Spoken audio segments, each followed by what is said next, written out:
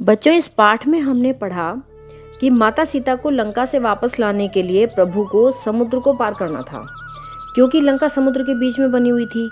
तो प्रभु राम ने समुद्र देवता से प्रार्थना की कि वो लंका जाने के लिए रास्ता दे दें। तब समुद्र ब्राह्मण का वेश बनाकर आए और श्री राम से हाथ जोड़कर बोले कि आपकी वानर सेना में दो वानर भाई हैं, दो वानर ऐसे हैं जो भाई भाई हैं। उनका नाम है नल और नील। जब वो छोटे थे तब एक ऋषि ने उन्हें आशीर्वाद दिया था कि प्रभु राम की शक्ति पाकर तुम अगर भारी भारी पहाड़ को भी अगर केवल छू भी लोगे तो वो समुद्र पर तैरने लगेंगे। इसलिए आप उन्हें ये काम करने की आज्ञा दें, और जहाँ तक समुद्र देवता बोले और जहाँ तक मेरी शक्ति होगी मैं भी इस काम में अपनी पूरी सहायता करूँगा। भगवान राम को समुद्र का ये विचार बहुत पसंद आया और वो समुद्र पर पुल बनाने की तैयारी शुरू करने लगे। बच्चों, भगवान तो सबसे ज़्यादा शक्तिशाली होते हैं, जिन्होंने खुद इस पूरी धरती को बनाया, जिन्होंने खुद इतने सारे और इतने बड़े बड़े समुद्र बनाए, जिन्होंने इतने सारे महासागर बनाए। क्या उनके लिए समुद्र पार करना कोई बहुत मुश्किल काम था? वो चाहते तो एक सेकंड में उसे पार कर सकते थे, लेकिन फिर भी उन्होंने हमें ये बताने की कोशिश की कि अगर हमारा जन्म इस धरती पर हुआ है तो हमें काम तो करना ही होगा, कर्म तो करना ही होगा। बिना काम करे हम रह ही नहीं सकते। जैसे आपने देखा होगा कि कुछ काम ऐसे होते हैं जिन्हें हम खुद नहीं करते, वो अपने आप ही होते रहते हैं। जैसे हम पलक झपकते हैं, अगर कहीं धूल उड़ रही हो तो हमारी पलक हमारी बिना कोशिश के ही हमारी आंखों को धूल से बचाने लगती है। अब देखा जाए तो हम पलक जो झपक रहे हैं ये भी एक काम है, लेकिन ये काम हमारी बिना किसी कोशिश के हो रहा है। अब जैसे हम सांस लेते हैं तो देखा जाए तो हम पूरी ज़िंदगी सांस लेने का काम कर रहे हैं, लेकिन फिर भी सांस लेने के काम के लिए हमें कोई ख़ास कोशिश करने की ज़रूरत नहीं पड़ती। मतलब सांस लेना है, हंसना है, रोना है, पलक झपकना है, उठना है, बैठना है, चलना है, ये सब काम हमें करने ही पड़ते हैं, उनके बिना हम रह नहीं सकते। तो भगवान कहते हैं कि इस संसार में जो भी जीव पैदा होगा उसे काम तो करना ही पड़ेगा।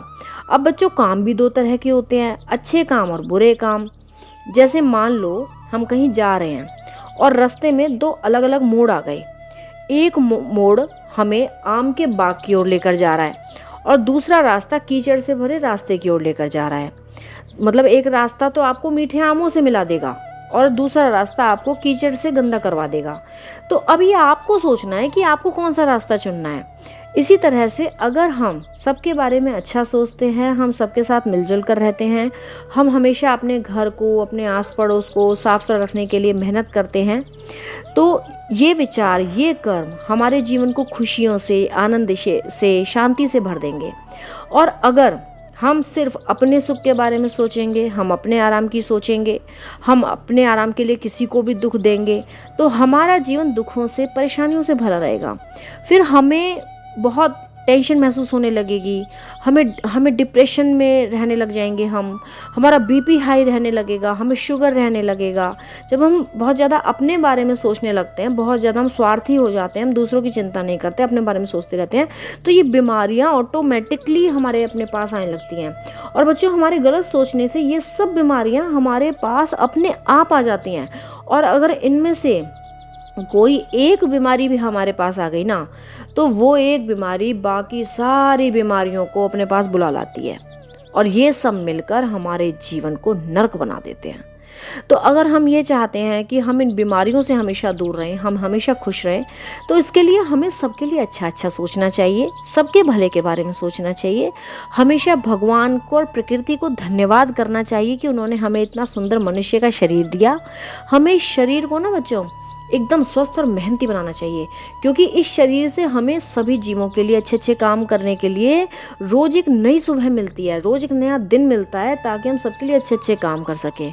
इसलिए हमें भगवान राम की तरह रोज़ ऐसे काम करने चाहिए जिससे प्रकृति को और उसमें रहने वाले सब जीवों को खुशी मिले।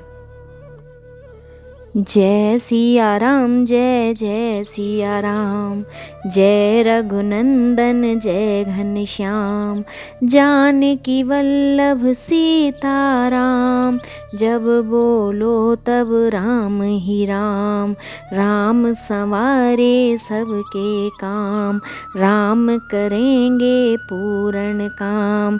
जय सिया राम, जय जय सिया राम, जय सिया राम, जय जय हनुमान।